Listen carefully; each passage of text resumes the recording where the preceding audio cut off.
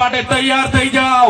હવે કોંગ્રેસના શરમ અને ભાજપનો સંબંધ હવે ભૂલીને આવનારી ચૂંટણીમાં ઉમેદવાર બનો, તમે લડો, જીતો અને આવનારા દિવસોમાં આપણા લોકોનું કામ કરો। એ વાત કરવા માટે અમે આવ્યા છે।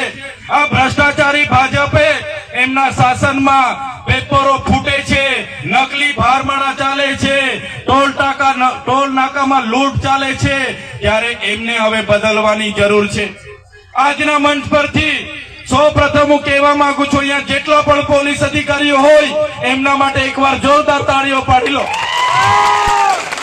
પણ સાથીઓ, પોલીસ અધિકારીઓ હોય કે જંગલ ખાતું હોય, કેટલાક અધિકારીઓ, ઉચ્ચ અધિકારીઓ ભાજપના નેતાઓના ઈશારે અમારા લોકોને રસ્તા ઉપર ઉભા રાખીને હેરાન કરે છે, લૂંટે છે, અમારા લોકોની જમીનો સંપાદન કરે છે।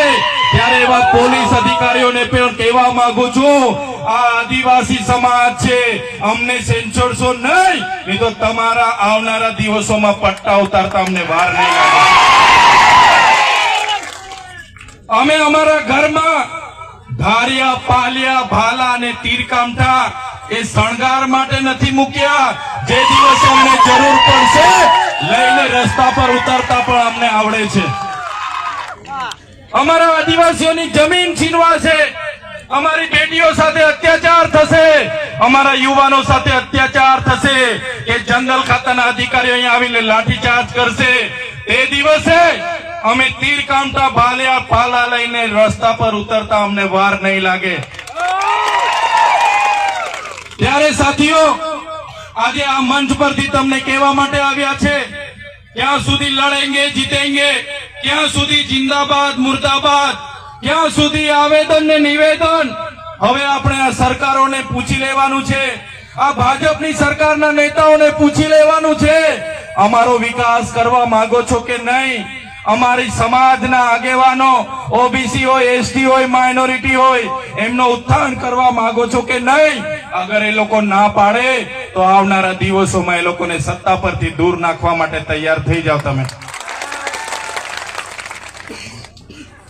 ત્યારે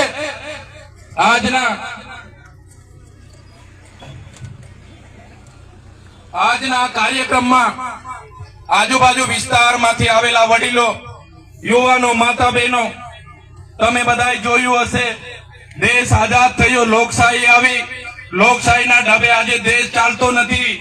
કેટલાક ચુનિંદા નેતાઓ પોલીસનો દુરુપયોગ કરી રહ્યા છે, ઉદ્યોગપતિઓના ઈશારે જંગલ વિભાગનો દુરુપયોગ કરી રહેલા છે।